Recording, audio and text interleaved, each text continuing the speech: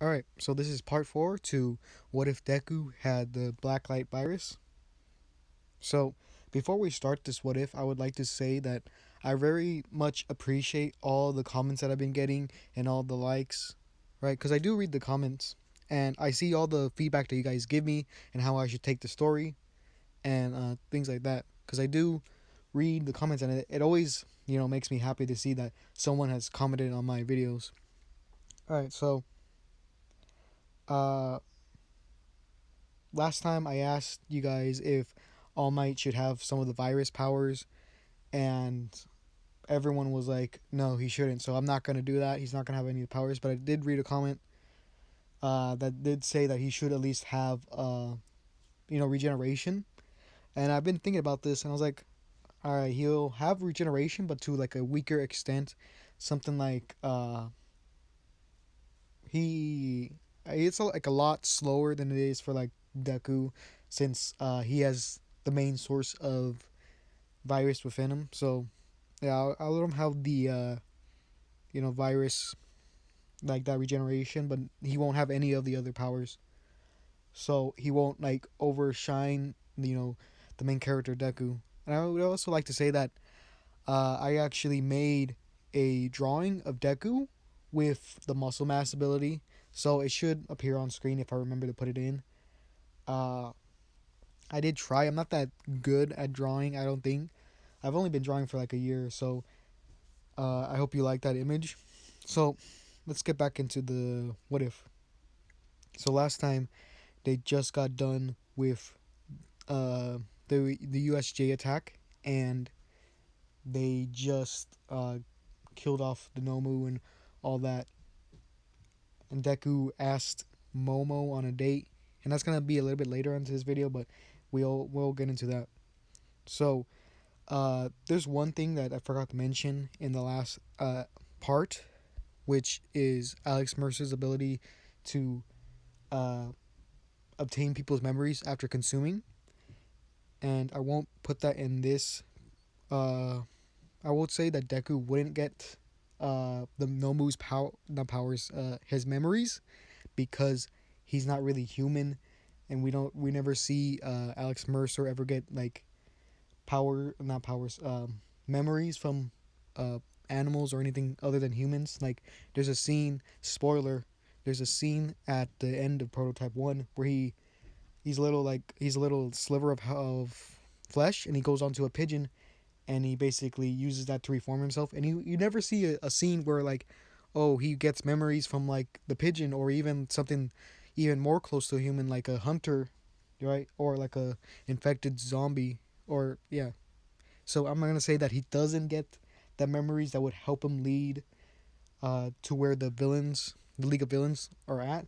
So I would say that he wouldn't. So on the news, instead of being, there being a lot of controversy, there's actually uh, more support for UA because of how the students were able to handle the event without having the pro heroes there.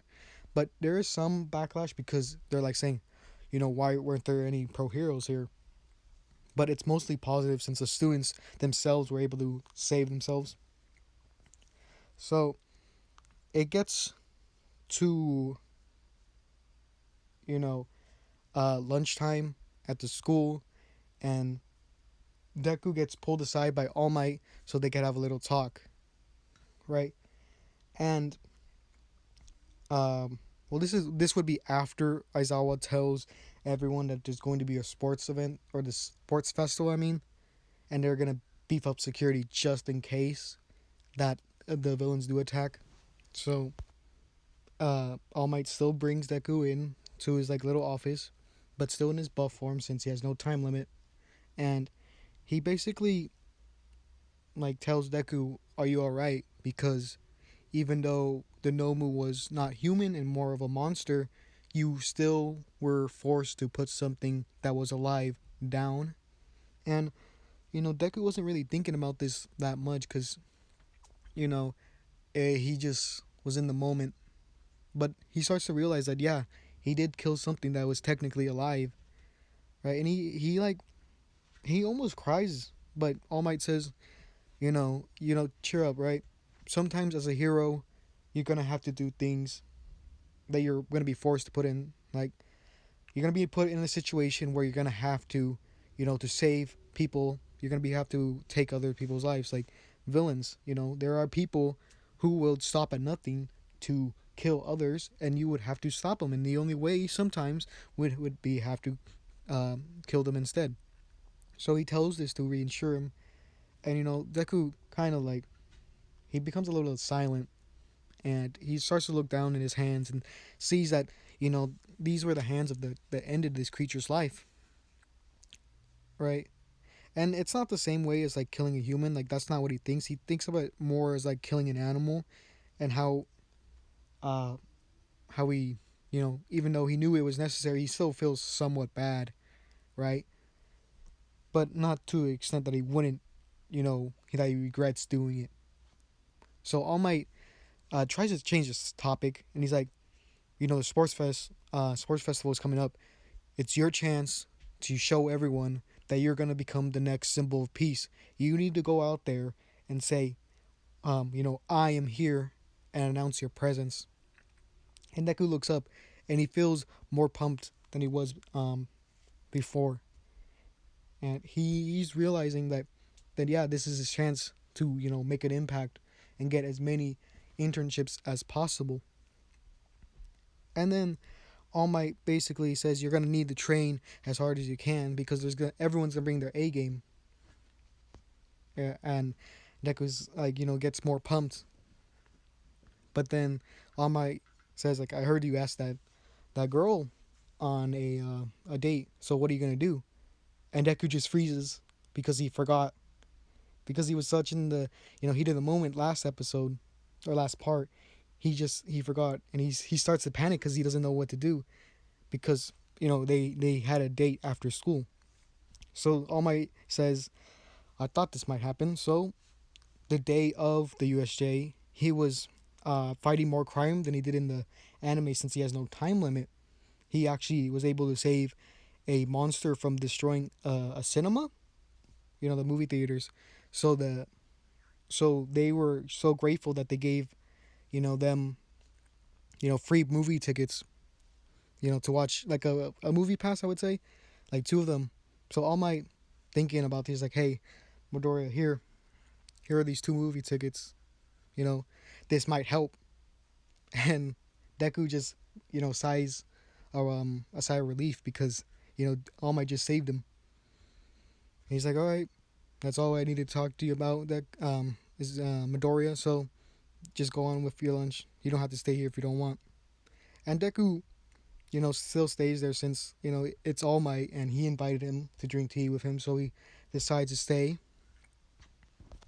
And I would do a quick time time skip to after school, and basically it's after school's over, and Midoriya goes to his house so he could change, and he goes to meet up with Momo to their date, and they go to the movie theater, and Deku's like the best chance to make this date the best they can. He decides to watch a romantic movie, but as they're going, they see the wall that that shows the different movie posters, and he sees one that is an action film, and it basically retells the story of how All Might became like a pro hero, and Deku's just looking at this, poster in like amazement because he really wants to watch it. And Momo sees this, and she remembers, seeing trailers for this movie, so she's like, "Hey, can we watch this one?" And that's when uh, Deku's like, he's very happy, and he's like, "Yeah, sure." So they go and watch it, and what they see is that the person playing All Might is actually Mirio. If you don't know who Mirio is, he's shown in the third season that like at the end, and he's like part of the big three at UA.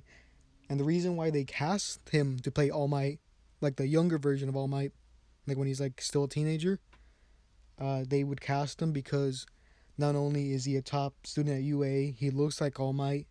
He's basically as buff as like a younger version of All Might would look like, and he's not like a big actor, so they wouldn't have to pay him as much. So Deku really likes this film. He gets to see how All Might, became the number one hero, and even though it's a dramatization of it, he realizes at this point that he needs to do a lot just to even get close to number one, because after seeing all the trials that All Might has gone through, he knows that he has a long way to go. He's not ready yet. He still needs to train. So after that, they go and get dinner, and they go to this local restaurant, and they're having a conversation about the movie. And Momo notices that Deku isn't really eating, and she asks him about this, like, "Why aren't you eating? Are you not having a good time?" And he's like, "No, no, no. It's just because of my quirk. Sometimes I forget to eat because I don't feel hungry, but I also don't feel full. So sometimes I just forget to eat." And she's like, "Well, really?" And he's like, "Yeah, this quirk is like uh pretty interesting. It's like I can make things out of stuff that I consume." And she's like, "Oh yeah, you told me about that." So after they're done eating, they go out outside. He's walking her home, and she says, uh, Deku asks, like, "What are you gonna do for your training?" And she was like, "Oh, I was just gonna, you know, read as much material as I can so I could learn more weapons and things of that nature." And he's like, "Oh yeah, can you show me any?" And she like makes like a small sword, and Deku's like, "Oh wow, I wish I could do something like that." And he asks like, "Hey Momo, I know this might sound weird, but can I have a piece of your hair?" And she's like, "Okay, here." And he basically consumes it again.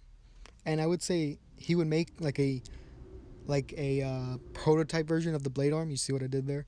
But anyways, it would be It would look like a small dagger, like the evolved from Prototype 2. If you ever like seen it, they're not like they're not as big as the regular blade arm, but they're as big as maybe a little bit smaller than your forearm. And he's like, "Wow," because it's his first time making like an actual bladed weapon or like anything like that. Because as far as we got, he's only made things like he's only had the muscle mass ability at this point. So he didn't even know he could do something like this. So he was actually able to make the blade arm.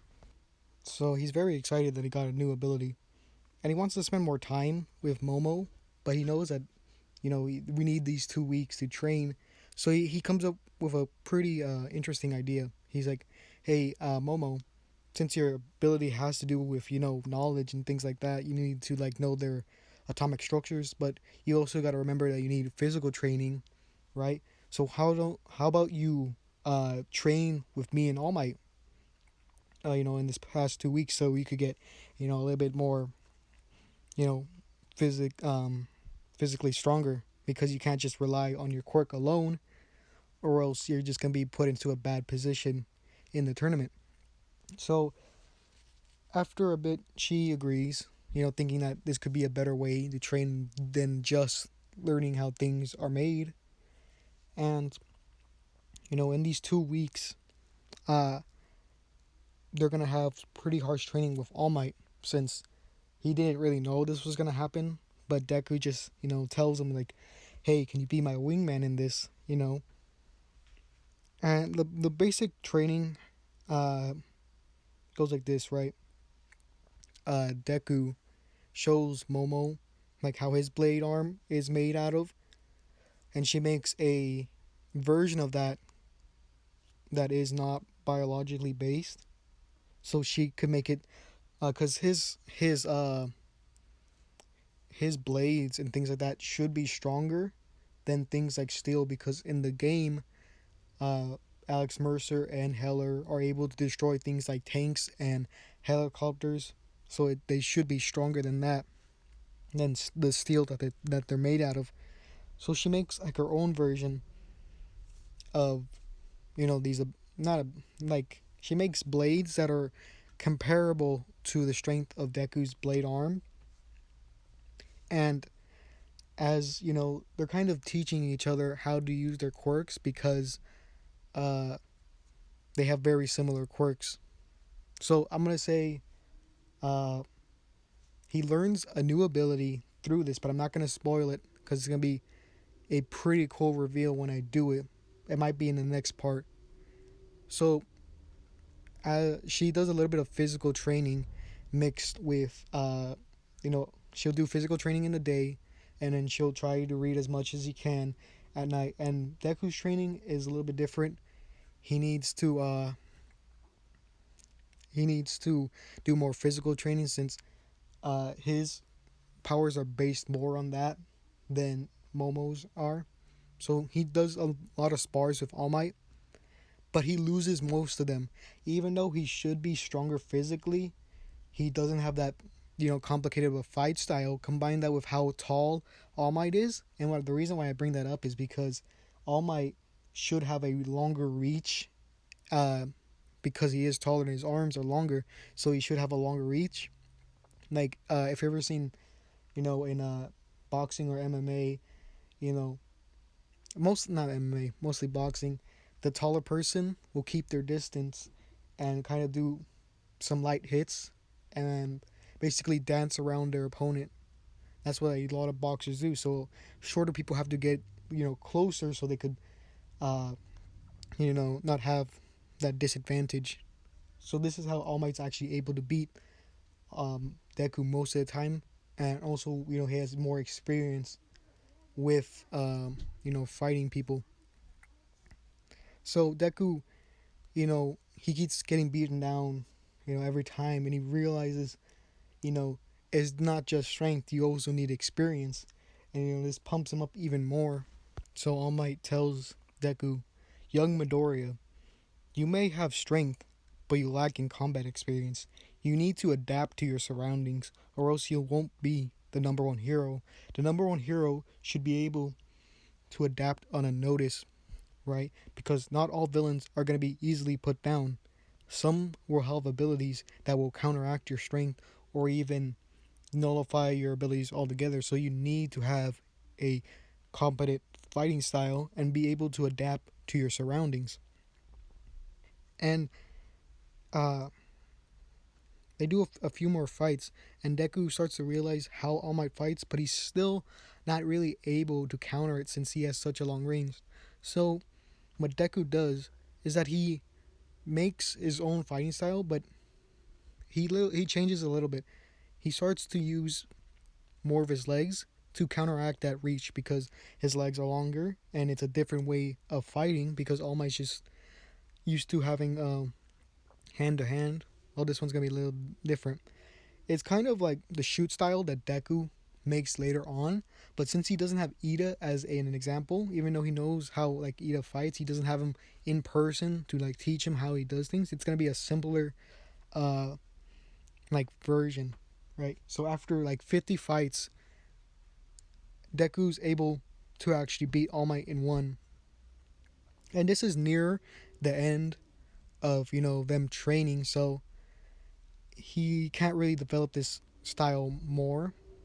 And during this time, he's more practicing with how to use one for all instead of his normal abilities, that his quirk, because he still can't really fully develop. Not he can't really like spread. He hasn't learned how to spread the all for one, um, or one for all. I mean, throughout his entire body.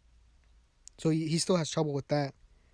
And as the last test, All Might gets Cementos in because Cementos is like a big fan of him.